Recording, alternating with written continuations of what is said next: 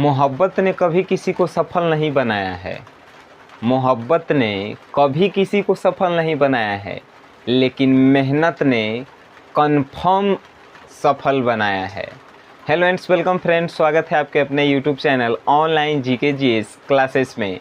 Online GK GS classes जो है आपको जीके रिलेटेड टॉपिक्स पे ट्रिक प्रोवाइड करवाता है, लेकिन आज आप लोगों के लिए एक बहुत ही बेहतरीन टॉपिक्स लेकर आए हैं और वो टॉपिक को समझना हम लोगों के लिए बहुत ज़रूरी है। और वो टॉपिक्स क्या है उसके बारे में आज फुल डिटेल में हम लोग समझेंगे। और अभी चैनल पे आए हैं तो ना ही वीडियो को लाइक कीजिएगा और ना ही सब्सक्राइब कीजिएगा। जब तक ये टॉपिक आपको समझ में ना आ जाए, जब तक ये आपके दिमाग में नहीं बैठ जाए, जब तक आप इस टॉपिक को ऐसे ना समझें कि दूसरों को समझा सकें, तब तक आप चैनल को नहीं सब्सक्राइब कीजिएगा और ना ही वीडियो को लाइक कीजिएगा। तो चलिए आज के इस वीडियो को शुरू करते हैं। तो देखिए क्या है आज का टॉपिक, ई रूपी। ई रूपी जो है भारत सरकार ने 2 अगस्त 2021 को लागू किया है। ई रूपी जो है एक वाउचर है जिसके सहारे भारतीयों तक सरकारी योजनाओं का लाभ पहुंचाया जा सकता है। उसके बारे में आपके मन में जो प्रश्न आ रहे थे उन प्रश्नों को हमने लिखा। अब बताइएगा कि आपके मन का प्रश्न हम कैसे जान गए।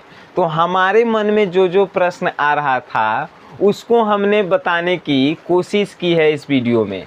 जैसे कि ई रूपी क्या है, ई रूपी की शुरुआत कब हुई और किसने की, ई रूपी से भारत के लोगों का क्या फ़ायदा है, ई रूपी से क्या नुकसान है, ई रूपी से विद्यार्थियों को क्या फ़ायदा है, ई रूपी कैसे काम करता है, ई रूपी से विदेशियों को क्या फ़ायदा है, ई रूपी क्यों भारत सरकार ने लागू किया, ई रूपी बैंक से कैसे काम करता है, एनपीसीएल क्या है, ई रूपी का मालिक कौन है, ई रूपी से क्या संबंध है एनपीसीएल का, एनपीसीएल नहीं एनपीसीआई होगा यहाँ पे, ठीक है। तो एनपीसीआई क्या है, एनपीसीआई का फुल फॉर्म क्या होता है और यूपीआई क्या है, इन सभी को आज की इस वीडियो में हम समझेंगे इतने बेटर तरीके से कि आप किसी को पढ़ा सकते हैं और समझा सकते हैं। तो चलिए समझते हैं। तो देखिए सबसे पहला कि आखिर ये ई रूपी है क्या, इसके बारे में बताइए। तो ई रूपी जो है एक प्रकार का वाउचर है। अब ये वाउचर क्या होता है, जैसे कि कूपन आप लोग देखे होंगे, कूपन कि ये कूपन स्क्रैच कीजिए, इसमें जो है आपको कुछ अमाउंट मिलेगा। जैसे कि अमेज़न पे एक वाउचर आपको मिलेगा जहाँ से अमेज़न के अलावा आप कहीं से सामान नहीं खरीद सकते हैं।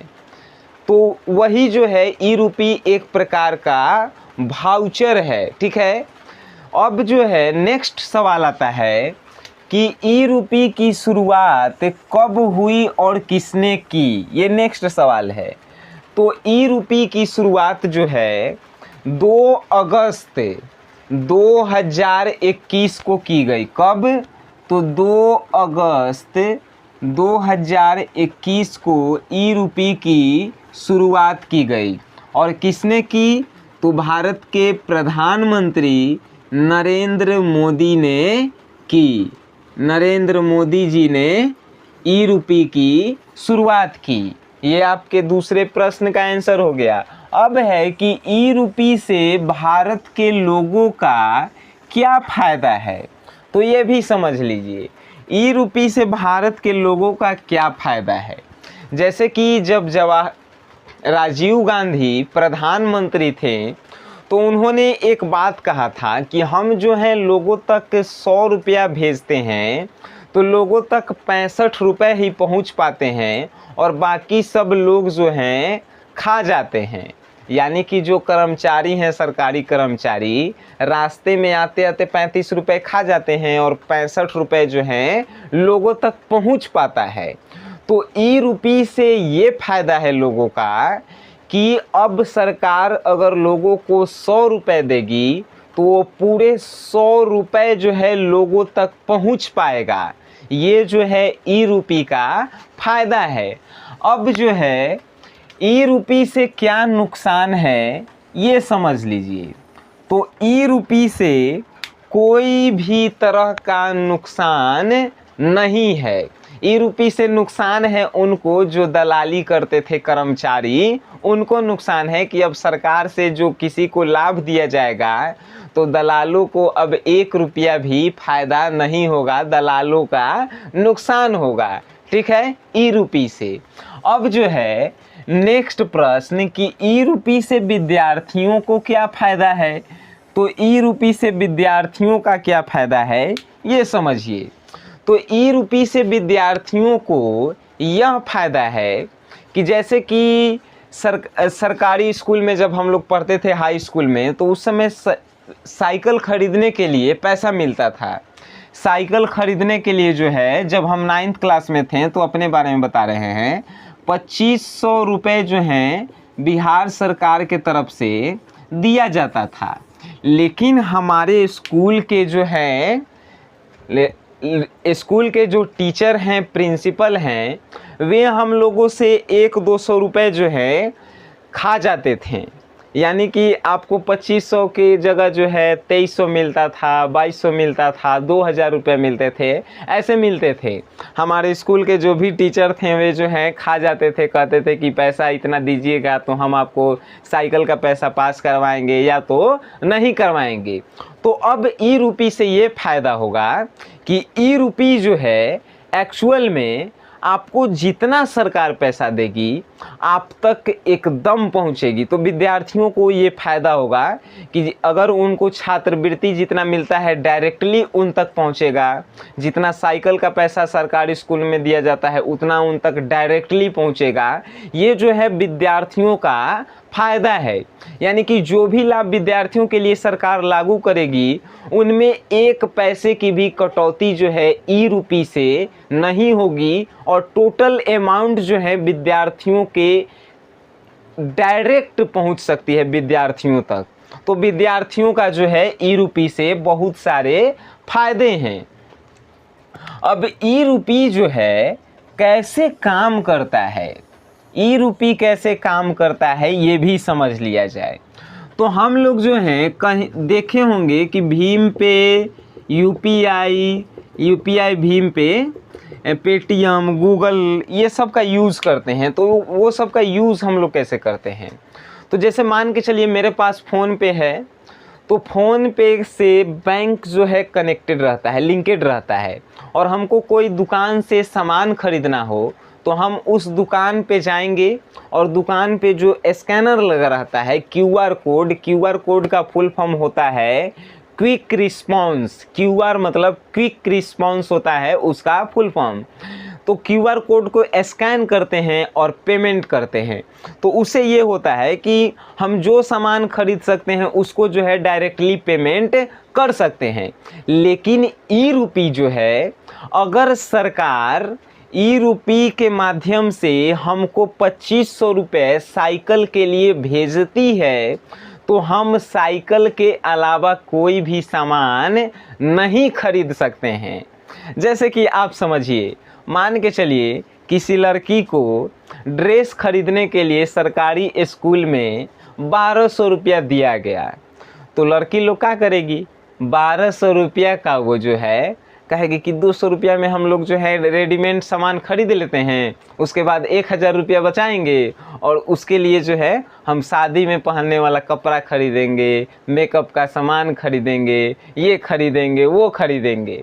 तो वो जो है पैसा को जो है बचा लेती थी। लेकिन ई रूपी के माध्यम से क्या होगा कि सरकार जो है एक कोड जारी करेगी और एक जो है ड्रेस अगर खरीदने के लिए दे रहा है तो ड्रेस वाले दुकान में जो है एक कोड भेजेगी और एक वो लाभार्थी के पास जो है कोड भेजेगी और उस पे जो है अमाउंट लिखा रहेगा कि जैसे कि 1200 सरकार भेज रही है तो 1200 का उस पे अमाउंट लिखा रहेगा, उसका जो है एक कोड बनाया रहेगा और वो जो है उस लाभार्थी के पास भेजा जाएगा। और वो लाभार्थी जो है मान के चलिए कि कपड़ा नहीं खरीदी और स्कूल ड्रेस नहीं खरीदी और गई मेकअप के दुकान में कही कि मेरे पास जो है 1200 का सरकार के द्वारा पैसा आया है, ये QR कोड है 1200 का, आप इसे जो है मेरा मेकअप कर दीजिए। तो जैसे ही वो QR कोड उस मेकअप शॉप को दिखाएगी तो वहाँ पे नॉट रिस्पॉन्स लिखेगा, यानी कि वो जो है कपड़ा के अलावा और कुछ उस QR कोड से नहीं कर सकती है। एक और एग्जांपल से समझिए, जैसे कि किसानों को जो है लाभ दिया जाता है कुछ खरीदने के लिए, जैसे कि बीज खरीदने के लिए किसानों को सरकार जो है 1000 रुपया दे रही है, देती है, हर एक साल देती है। तो सरकार लोग भी किसान भी तेज हो गए हैं, 1000 रुपया दिया जाता है तो उसमें 200 का बीज खरीदते हैं और 800 रुपया के किसान कहेगा कि रखले रहेंगे और इसका जो है महीने महीने जो है दारू में उपयोग करेंगे। तो सरकार जो है पहले डायरेक्टली उनके अकाउंट में पैसा डालती थी और उसका जो है गलत उपयोग किया जाता था। लेकिन अब क्या होगा, सरकार जो है 1000 का QR कोड जनरेट करेगी, एक कोड जनरेट करेगी जिसमें 1000 रुपये अमाउंट लिखा रहेगा और एक नंबर रहेगा और वो नंबर जो है वो अगर बीज खरीदने के लिए दिया है तो बीज के दुकान पे एक QR कोड भेजेगा और एक जो है आपके पास QR कोड भेजेगा कि आप 1000 पैसे का उपयोग जो है बीज के लिए कर सकते हैं। तो ये QR कोड जो है जाएगा दारू के शॉप में दिखाएगा कि देखिए हमको जो है 1000 का QR कोड है, इससे जो है 500 रुपये का आप हमें दारू दे दीजिए। तो जहाँ वो दारू के दुकान पे वो जो है जैसे ही QR कोड दिखाएगा और दारू के दुकान में भी जो है एक कोड रहेगा, तो वो जैसे ही मिलाएगा वो कोड तो वो मैच जो है नहीं कर पाएगा और जैसे ही वो मैच नहीं करेगा तो वहाँ से उसको जो है कोई भी सामान नहीं मिलेगा। लेकिन वो 1000 का अगर बीज खरीदने जाता है तो बीज खरीदने वाले से जो है कनेक्ट हो जाएगा और वहाँ से 1000 का बीज खरीद सकता है, लेकिन बीज के अलावा और कोई सामान वो नहीं खरीद सकता है। एक और एग्जाम्पल से हम लोग समझते हैं, जैसे कि पहले विदेशों से जब सामान आता था इंडिया में तो विदेश के लोग जो है एक पहले से ही नोट का जो है आधा टुकड़ा इधर रहता था और आधा टुकड़ा जो है नाव वालों को दे दिया जाता था, ठीक है। तो नाव वाले को कहा जाता था, विदेश लोग कहते थे कि ये टुकड़ा जो है नोट का टुकड़ा वहाँ पे दिखाइएगा और वहाँ से कुछ सामान जो है लेकर आ जाइएगा या सामान जो है वहाँ पे पहुँचा जाइएगा आप। तो पहले ऐसा होता था, तो नोट के टुकड़ा को मिलाया जाता था, अगर वो नोट का टुकड़ा मिल जाया करता था तब जो है उन लोगों को सामान दिया जाता था या सामान जो है रिसीव किया जाता था। तो उसी प्रकार जो है अब ई-रूपी काम करेगी। सरकार अगर किसी भी लाभार्थी को 1000 रुपये जिस काम के लिए दे रही है, जैसे कि एक और एग्जांपल से समझते हैं कि हम जो है किसी को खाना खिलाना चाहते हैं, हम गरीब लोगों को जो है खाना खिलाना चाहते हैं, तो खाना खिलाने के लिए हम जो है 500 रुपये का दान करते हैं हम लोग। जैसे कि मानिए कोई स्पेशल आदमी है, स्पेशल आदमी को मान के चलिए कोई राम व्यक्ति का नाम है, उसको जो है हम 500 रुपये जो है खाना खाने के लिए डोनेट करते हैं। तो 500 रुपये डोनेट करते हैं तो वो खाना ना खाकर दूसरा चीज़ में दारू मान के चलिए पी जाता है, तो वो मेरा पैसा जो है बर्बाद हो गया।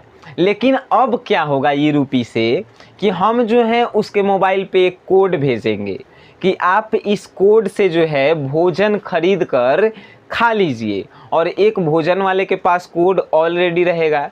तो ये आदमी जिसको हमने राम को भेजा है कि ये QR कोड से आप भोजन खरीदिएगा, राम कहेगा कि नहीं हम भोजन नहीं खरीदेंगे, जाएंगे दारू के दुकान पे दारू पिएंगे। तो वो QR कोड जैसे ही दारू के दुकान पे जाएगा वहाँ पे नॉट रिस्पॉन्स बताएगा, यानी कि वहाँ पे वो चल ही नहीं पाएगा।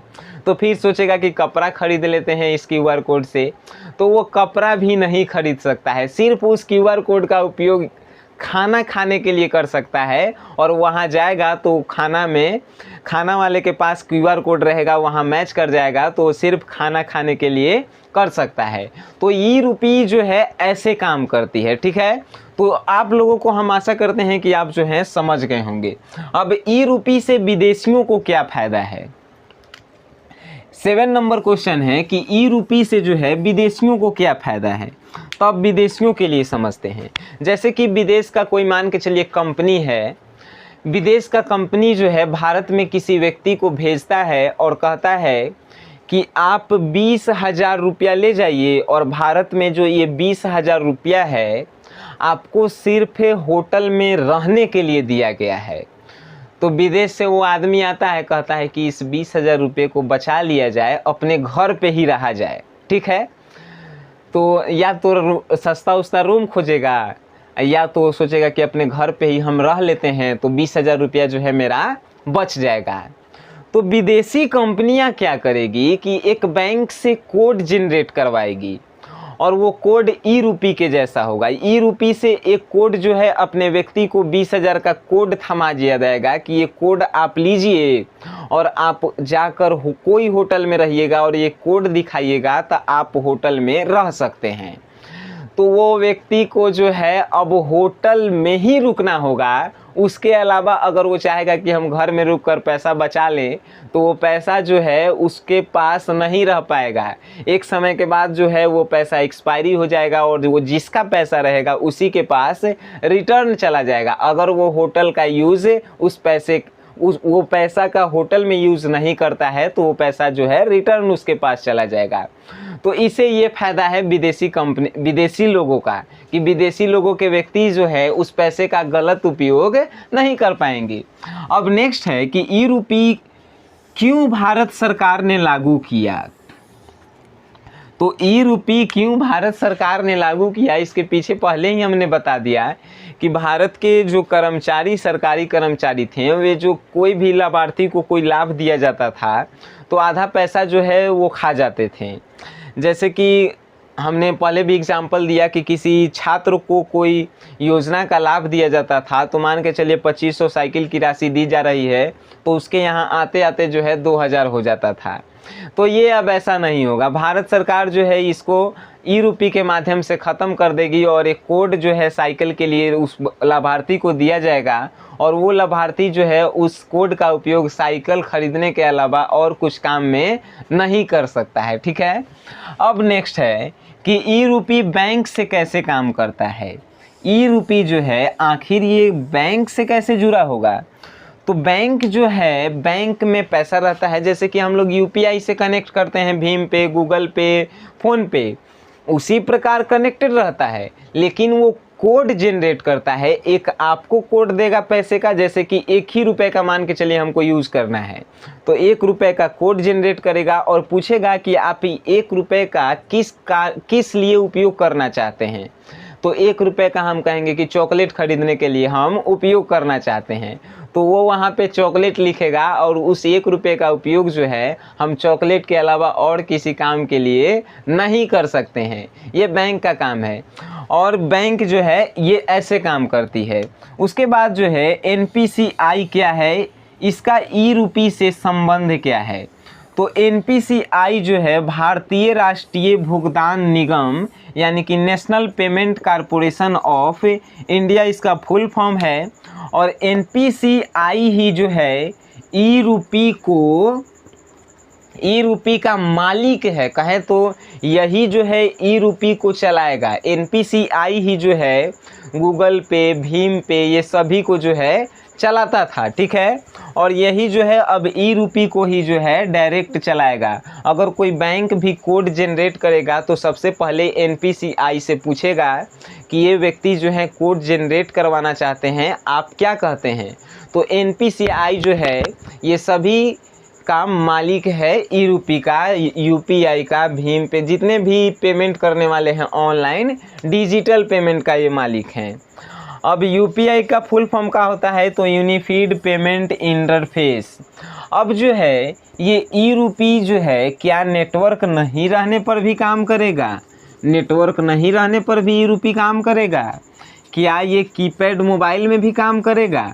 तो जी हाँ, ये जो है आपके मोबाइल में नेटवर्क नहीं भी रहेगा तो काम करेगा। जैसे कि मोबाइल में नेट नहीं रहता है तब भी मैसेज आता है, उसी प्रकार क्यूआर कोड जो है आपके पास मोबाइल में नेट नहीं है, आपके पास कीपैड फ़ोन भी है, बटन वाला फ़ोन, उसमें भी क्यूआर कोड भेजा जा सकता है और उसका जो है उपयोग आप कर सकते हैं। तो क्यूआर कोड से हमारे मन में जो भी प्रश्न था उसका हमने उत्तर आपको दिया और हमने समझाने की कोशिश की है। तो अगर आपको क्यूआर कोड से रिलेटेड कोई भी प्रश्न और हैं तो हमें कमेंट बॉक्स में बताइए, उसको हम बताने की कोशिश करेंगे। और अगर ये आपको समझ में आ गया है और आप हमारे चैनल पर नए हैं तब चैनल को सब्सक्राइब कर दीजिए, वीडियो को लाइक कर दीजिए और फैला दीजिए अपने दोस्तों के साथ।